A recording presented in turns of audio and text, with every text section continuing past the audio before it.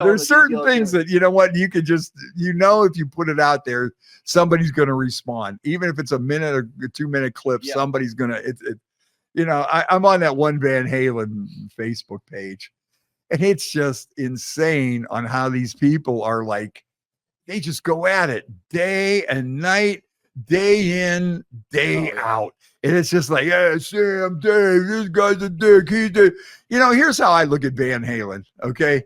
Van Halen. Okay. It's really about Eddie, bottom line. But Dave was such a good front man, and Dave writes some good songs, and Dave is out there. And I think, Dave definitely helped push them over the top. There's no two ways about it. Okay.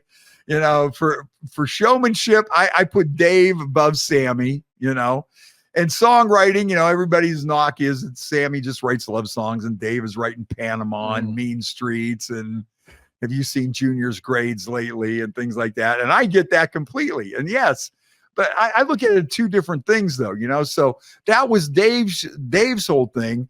But the problem with Dave, I think, come down to Eddie wanted to go out further as a musician, and Dave would have been happy making those funny videos with California Girl in a fat suit and doing cover songs and things like that. And I think that's where, so that's where the Dave thing ended. But, he brought all that stuff. It's two different things. Okay. So Dave brought all that stuff to the table.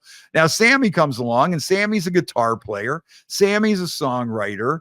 And Sammy wants to go, push Eddie further into different directions and different sounds and stuff. And I think so Eddie jumped on that bandwagon just because he was getting stale with Dave and didn't want to end up doing another cover of You're No Good and a funny video with California Girls, and I think that's, so it's okay. So Sammy takes him into a different place. So, this is that, that's that. And, who cares? They were already starting to go that direction with the 1984 album before Sammy even joined. Like that, you could already see it. Like that was sort of the transition into the Sammy era. Because if you listen to a lot of songs, like he's already kind of thinking with the keyboards, and he's getting keyboard heavy and more song heavy.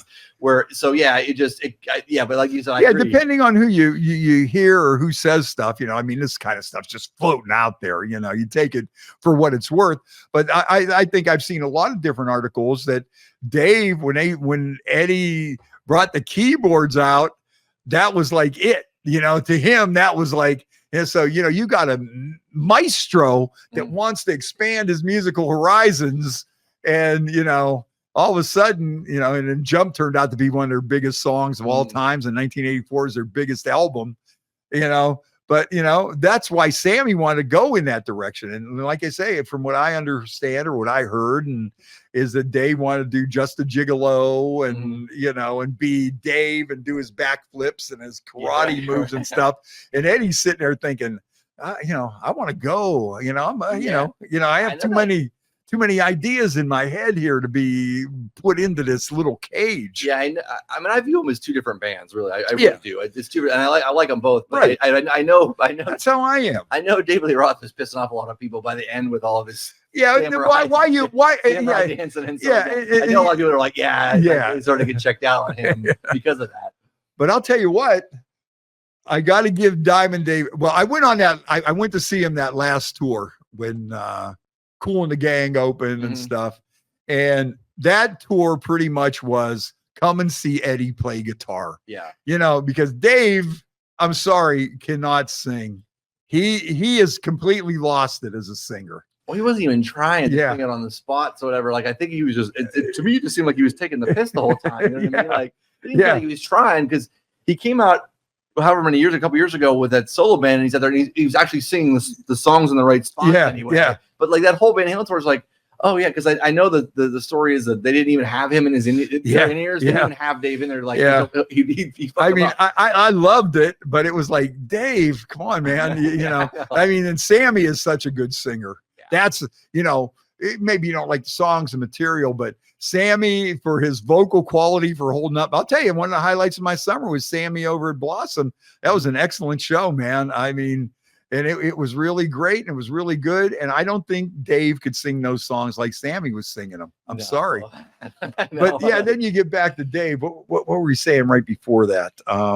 But yeah, he was doing all the stage antics and all that. See, I know some people that turned him off of DLR was like, okay, man, well, I don't need to see you dance with the Samurai Sword. Right.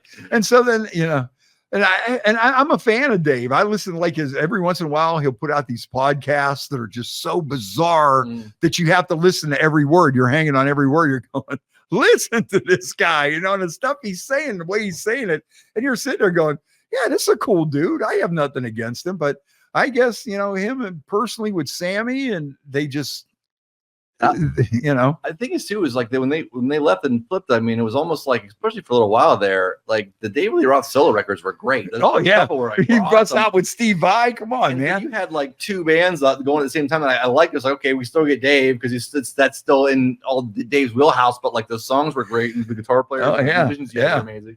And then you had Van Halen doing a completely different thing, but it was still good. Yeah, I like that. For a little while, it was right. Awesome. Yeah, it was. Just the Gigolo and even California Girls, even though they were covered, but Yankee Rose all those great songs. Damn Good Times. Boy, I got to break out Damn Good Times at some point, man. Even on my Sunday morning, I do a little laid back thing. That was a good one. That would blow some people away if I pulled Damn Good Times out of nowhere. I'm going to have to keep that.